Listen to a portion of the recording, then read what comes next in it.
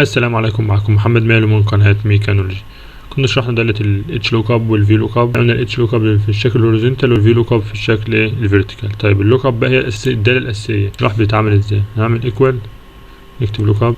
أول حاجة بيقولك حد ايه الفاليو، تقوم عامل كنترول، تقوم عامل ايه علامة، تتحدد بقى القيمة اللي بتاعت البرودكت دي، تمام. تقوم عامل علامة، تقوم محدد القيمة اللي هي البرايس اللي انت عايزه، تقوم ضاغط انتر. قالك هو الفون 8500. وبالنسبة لنا دالة اللوك اب مش مفضلهاش اوي، يعني بفضل دالة الفي لوك اب او الاتش لوك اب. كلها هي بتعمل ايه بالظبط، تمام. هنبدأ مثلا دالة جديدة برضه معانا، بس دي دالة الارقام بس، يعني مثلا بنستخدم ارقام بس اللي اسمها اندكس.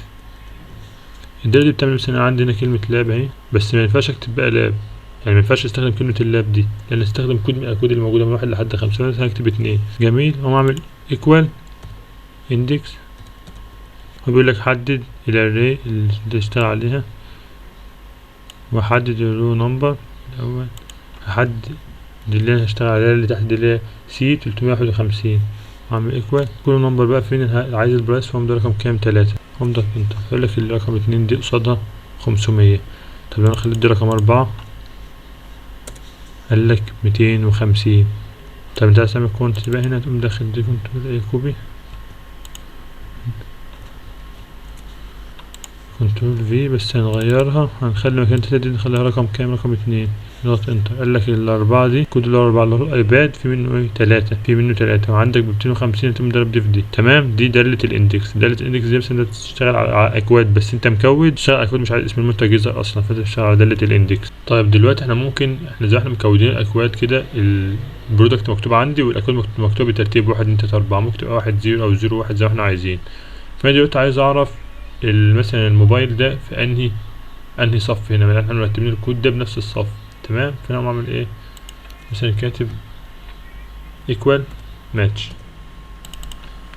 تمام. هم حاطين مثلا هنا نحط اسم الموبايل اللي احنا عايزينه، هم عامل ايه او الموبايل او البرودكت بتاعنا، هم محدد هنا، تقوم عامل علامة، تقوم كاتب ايه اختار exact match، تقوم ضغط انتر. هو طبعا هيجيب لك ايه فانت تقوم كاتب هنا كلمة مثلا لاب، هم قايل لك 1. طب لو كتبنا مثلا ايباد ممكن كاتب لك رقم 4. فكده واضح انت بتكتب اسم البرودكت بتاعتك بيجيب لك هو الكود بتاعه كام او هو في الصف الكام. طب دلوقتي احنا عندنا الجدول ده فيه كود موجود لكل واحد من 1 لحد 12. عندنا اسامي طلاب 12 اسم، وعندي ارقام التليفونات والجريد بتاعهم الدرجات بتاعتهم من 1 لحد 5. طيب لو انا دلوقتي عايز ابحث عن طالب بالكود، مثلا اكتب رقم 5، ده اللي انا هبحث بيه. اول طريقه نستخدمها اللي هي الاندكس زي ما احنا قلناها. بيقول لي هيكتب اول حاجه الاري، هنكتب الاري بتاعتنا علامه. فبيقول لك بقى انت عايز النيم ده في الصف الكام، احنا في الصف التاني، اضغط انتر. يقول لك اسمه محمد، نروح عند رقم 5 كده، لا فعلا صح. طيب هنقوم واخدين دي كوبي، نروح هنا عند الفون وعاملين انتر، بس نخليها رقم 3، نضغط انتر هي معطيك الرقم، ونروح عند رقم 5 لا فعلا عطينا رقم مظبوط. نروح برضو هنا، بس هنا بقى نخلي الرقم دي ايه 4 مكان 2، تقوم ضغط انتر هيديك فعلا محمد الجريد بتاعه 2. يبقى انت كده خلاص. لو انت مثلا خليت ده 6 تلاقي بقى على طول اتغيرت. طب احنا ممكن نعملها زي ما احنا عملناها قبل كده، نروح لداتا، من داتا فاليديشن نقوم عاملين ليست، نقوم محددين الكود ده، عاملين اوكي. خلاص بقى عندك داتا، تقدر مثلا تحدد اخترت رقم 10، رقم 10 عندك ايه هنا ابراهيم، والرقم بتاعه هنا والجيب بتاعه 2. طب انا عايز ابحث باسم الطالب، مثلا عايز ابحث، هنعمل هنا برضو اندكس برضو داتا ليست، اسم الطلاب هنا، نحدد اسم الطلاب كلهم، نعمل اوك. حلو. انت اسم الطلاب مثلا عايز اختار اسم مثلا ايه، احنا هنا فوق مين ابراهيم، هنجيب ابراهيم برضو. طب دلوقتي احنا اخترنا اسم ابراهيم خلاص تمام. نختار بقى الكود. لو انا استخدمت الاندكس، زي ما استخدمتها هنا، انا محتاج ابقى كاتب رقم مش اسم، مش هينفع استخدم الاندكس. طب لو استخدم الفي لوك اب او الاتش لوك اب لازم ده يبقى اول حاجه. طب انا هستخدم حاجه هنا، ممكن اعمل هنا بقى استخدم الماتش، هعمل ايكوال اقوم كاتب ماتش، ويقول لك في الماتش ده اللوك اب فاليو، تمام علامه كتب الري، ثم ضغط انتر.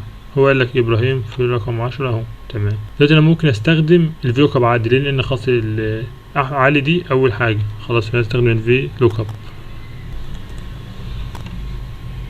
عملت في لوك اب الفاليو، خد التيبل الري، هاخد التيبل لازم اخدها من اول الاسامي، هاخدها من اول الاسامي.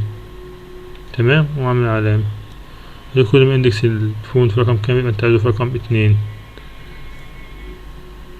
علامة